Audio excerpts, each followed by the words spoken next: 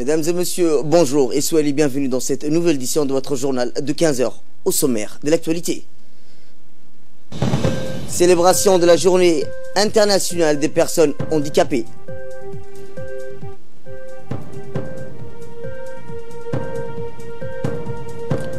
Extradition du présumé terroriste Peter Sherif vers la France.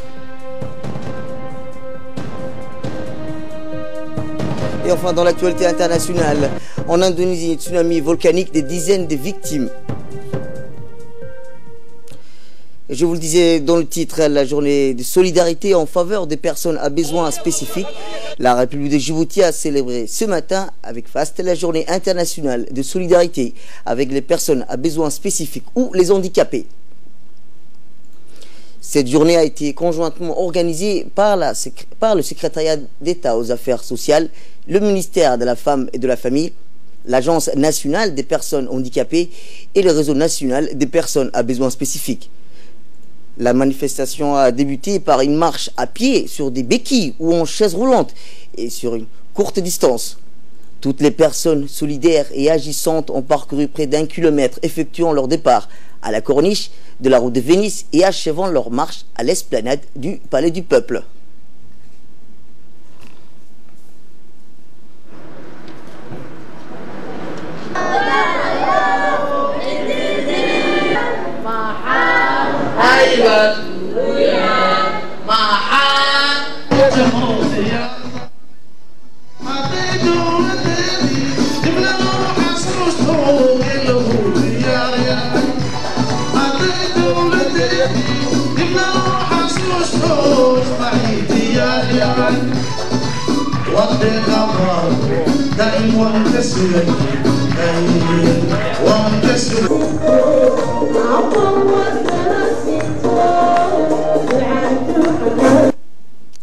Assemblée nationale à présent. Les travaux de la commission des finances de l'Assemblée nationale sur l'examen du budget 2019 continuent toujours en commission. Aujourd'hui, une nouvelle séance de la commission des finances présidée par le député Chalmaké s'est tenue dans la salle des commissions pour discuter des différents projets de loi du budget 2019. Le gouvernement a été représenté par le ministre du budget, M. Bodi Ahmed Roble, entouré de ses collaborateurs, dont le secrétaire général du budget, Mibratou, et le directeur de la douane, Gouled Ahmed Youssouf.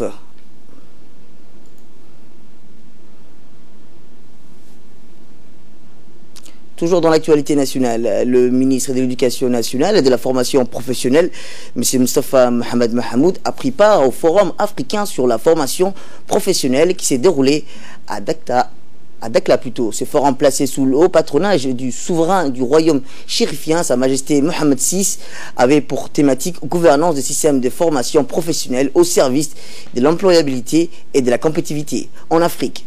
Les pays participants ont adopté une importante déclaration dans laquelle le Forum africain est érigé en un espace privilégié de promotion ainsi que d'une vision africaine commune sur la formation professionnelle pour la valoriser et favoriser les échanges d'expériences, les initiatives et les bonnes pratiques de chaque État.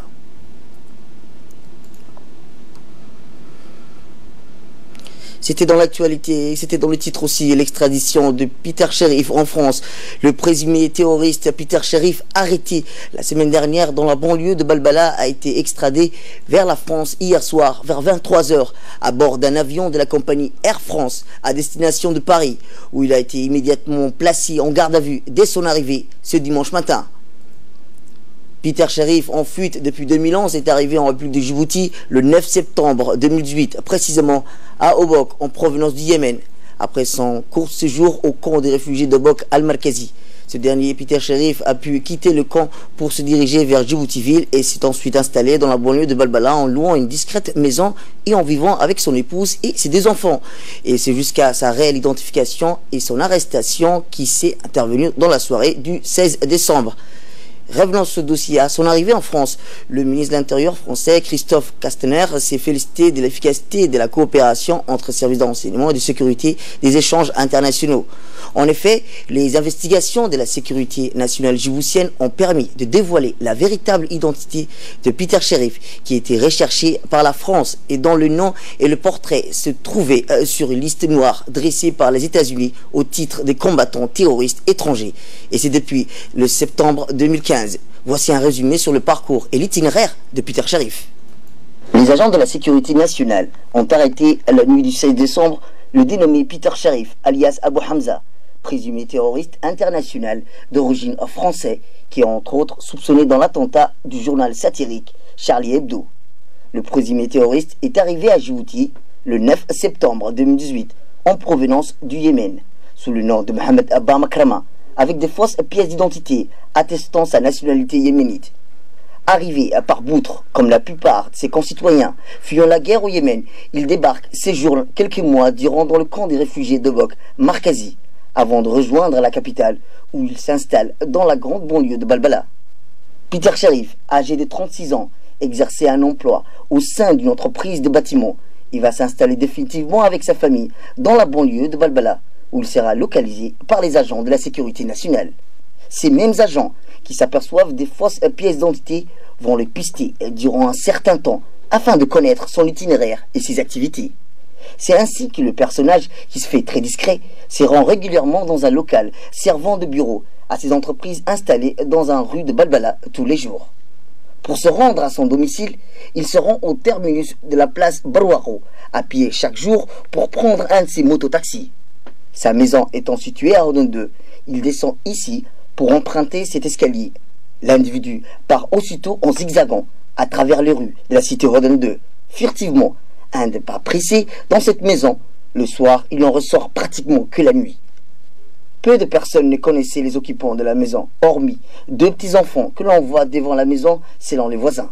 Sa voisine, que nous avons interrogée, déclare ne l'avoir jamais vu de face et de jour l'individu, jusqu'au jour de son arrestation. Nous ne savions rien de lui, déclare Madame Khadija, puisqu'il ne sortait pratiquement pas, ne disait bonjour à personne et n'achetait rien à ma boutique qui est pourtant en face de sa maison. Nous le voyons quelquefois lui ou sa femme faire entrer les enfants. Ce n'est qu'après son arrestation que nous avons appris par la radio que c'était un présumé terroriste recherché. Peter Cherif a été ainsi appréhendé par les agents de la sécurité nationale dans la nuit du 16 décembre vers 21h à cet endroit précis, au moment où il se rendait comme à l'accoutumée chez lui. La première infraction qui a causé son arrestation était les fausses papiers d'identité.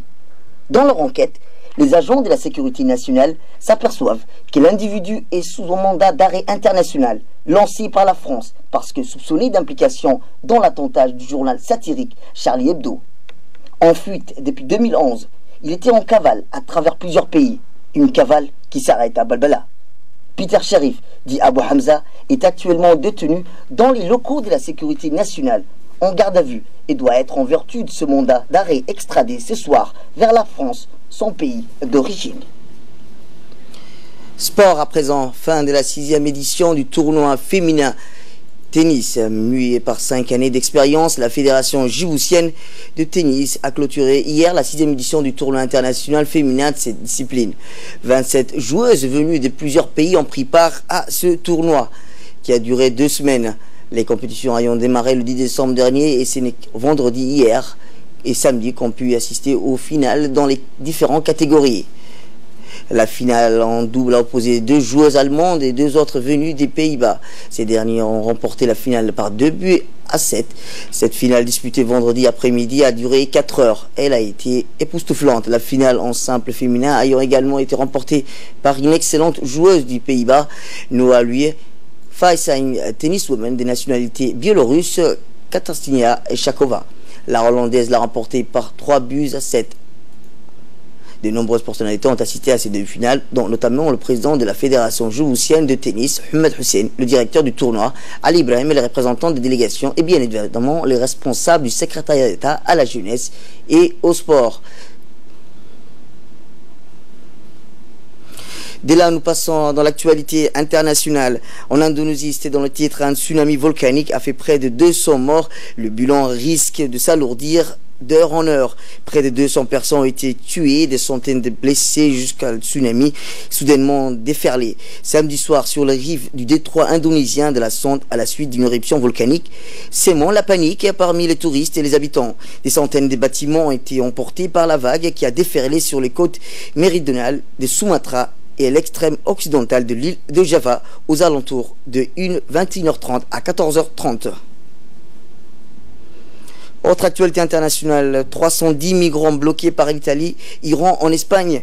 Le bras de fer n'aura duré que quelques heures. Les 310 migrants recueillis vendredi soir au large des côtes libyennes ont finalement débarqué, vont débarquer plutôt dans quelques jours dans un port espagnol.